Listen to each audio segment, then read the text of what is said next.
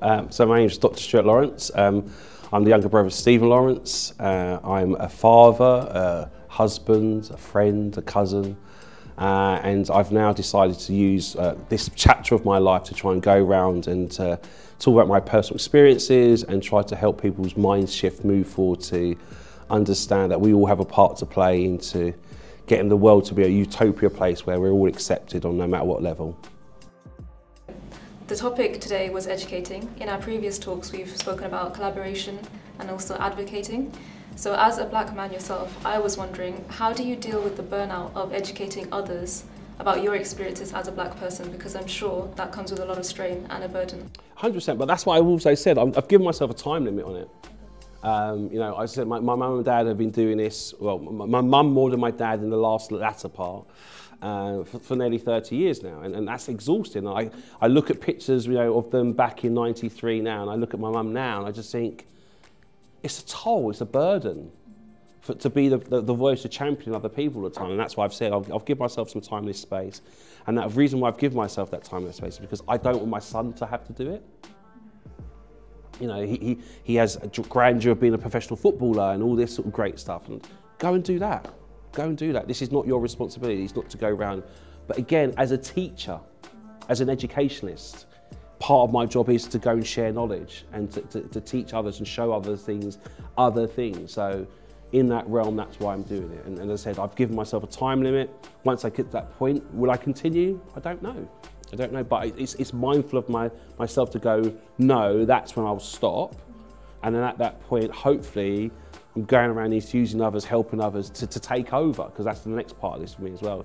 Who can I help build up to a position where they can take over and pass the baton on, and know that I've run part of the race and they're going to run the next part. This gentleman was born into slavery, into the island of Réunion. And again, he was given to someone else, Frevros. He was an estate manager, and he had a big estate full of different fruit trees, full of different plants. And every morning, him and Edward would walk around the garden and he would talk to them about horticulture. And at age 12, he worked out how to cross-pollinate the vanilla orchid plant. They've been growing this orchid plant all the way around the world and hadn't quite worked out why it only produced the vanilla pods just in Mexico. So it's quite a scarce spice it was at the time. But for some strange reason, he worked out how to do it at 12 years old. He then went round the island teaching the rest of the slaves how to do it. Réunion then became known as the Vanilla Pod Island. It then became $1 billion business. Number one flavour in Coca-Cola? Vanilla. Wouldn't it be great for Coca-Cola to have on the side of their cans a picture of Edmund, giving him some sort of recognition of the work that he did? And there is a small statue of him in Réunion, which I'm trying to one day hopefully go and see myself, because I just think, again, my job is to go out there and percolate and tell other people to talk about it. So the next time you're eating vanilla ice cream with a room full of people that don't know, just share that story for me. That's how we then get these messages out there. Step one is to educate yourself. Don't ask or expect other people in the room to educate you about the topic you want to know about. Be it race, be it gender, whatever it may be. Be enthusiastic yourself to go and find something. Read a book, watch a movie. And in that, you're going to be, you know, hopefully educating yourself. And then in that education of yourself, better knowledge is then found. Of course, you know, sometimes you find things you don't understand, speak to someone and share that. I've been trying to find out this, I wasn't quite sure. In the conversation is where we need to be, at the place where it's okay to say, I don't know, I'm unsure, that's fine. But no, there's no expectation of the person that we're trying to find out information about should give it to us. I tell people all the time, you know, I pour from a cup, and sometimes my cup gets empty. So who fills up my cup?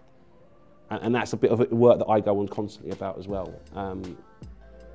Because it's this for me. If there's one slide I say to people all the time at the moment, this is my key slide, because I walk into so many rooms where people say to me, oh, Stuart, my mate Tony, who's black, he gets stopped and searched all the time. I totally get it and understand how you feel. I'm not a racist. That's pushing the problem away from yourself, saying, you deal with it, Stuart. Whereas if you say, I'm anti-racist, that means when I'm not even in the room, you're going to champion the cause. And that's anti-anything, really, because I realise that that's any form of hate, that is. someone can step up and advocate, because again, if we just stand by, and hopefully when someone's persecuting something against the victim, there is someone bearing witness.